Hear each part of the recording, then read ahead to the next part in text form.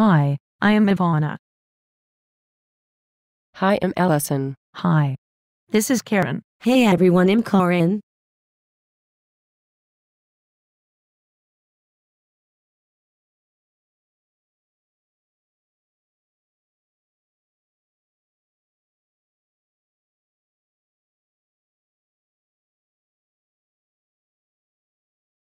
So today we are presenting on the First Council of Nicaea. We have chosen to focus our attention on Hilary and Basil. I will start with Basil. He was a bishop and theologian, born in the year 329. Basil began his life in what is now known as Turkey. He died January 1, 379.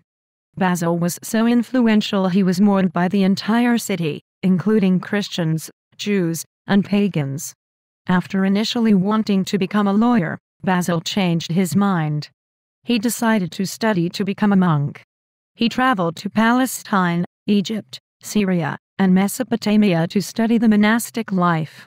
He enjoyed it so much he created his own monastery. He brought balance and a righteous, humane way of enforcing obedience, education, and labor. After 5 years as a monk, Basil decided it was time to move on. Some of the changes he made are still applied today. He was then ordained a priest in 362. This gave him a prominent place in the administration of the diocese. He was assisting the new bishop of Caesarea, who was Eusebius. He succeeded the bishop in year 370. During this time the emperor of Valens was an Arian, who denied that God was Christ. Basil would never allow the emperor to change his beliefs. He believed in defending the Catholic faith. The emperor left Basil in his parish alone. I found one quote by Basil that I really enjoyed. He declares, "There is still time for endurance, time for patience, time for healing, and time for change. Have you slipped? Rise up. Have you sinned? Cease. Do not stand among sinners, but leap aside." Basil's interests were not entirely just focused on theology. He used his wisdom and faith to achieve many other great things. He excommunicated those who ran and owned prostitution businesses. He also worked very hard to secure some justice for the poor. He sternly disciplined clergy members who would use the money of the church to live lavishly. He has had many famous writings, but it is said that his true personality and spirit comes out in his 300+ letters that still survive today.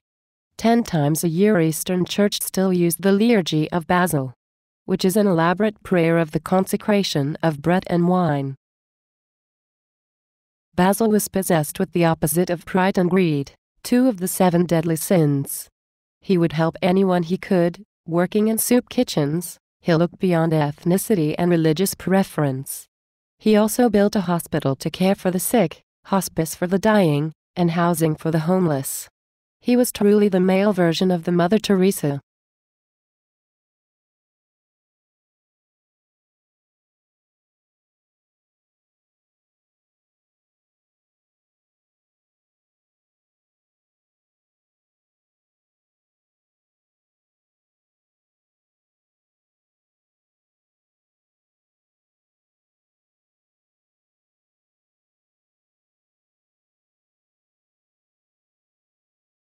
Now I will begin to talk about Hilary. Hilary was known not only as an early church doctor but also for the beautiful hymns he composed. He is often referred to as the Athanasius of the West. He was elected bishop in 353 AD. He was unanimously selected by the citizens, sadly only to be exiled 3 years later for not obeying the Emperor Constantius II. Hilary was a very strong leader in the way he boldly defended Jesus Christ as the Word of God. He worked very hard to protect the Church and its members by defeating Arianism, which denied the divinity of Christ. The emperor ordered all bishops to sign a condemnation of Athanasius, but Hilary stuck to his beliefs and refused. He was then banished from France. So Hilary wrote to the emperor, asking for a public debate on the issues.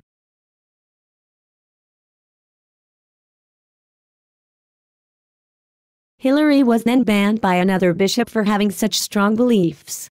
Throughout our research we discovered Hilary was a gentle person, who worked very hard to reconcile the bishops of France. He also felt many of the problems and confusions within the church stemmed from an unsound doctrine. He wrote many influential works, one of which is the De Trinitate. It is an exposition on the Trinity against Arianism. It was originally written in Greek. The next was Untilted de Synodis.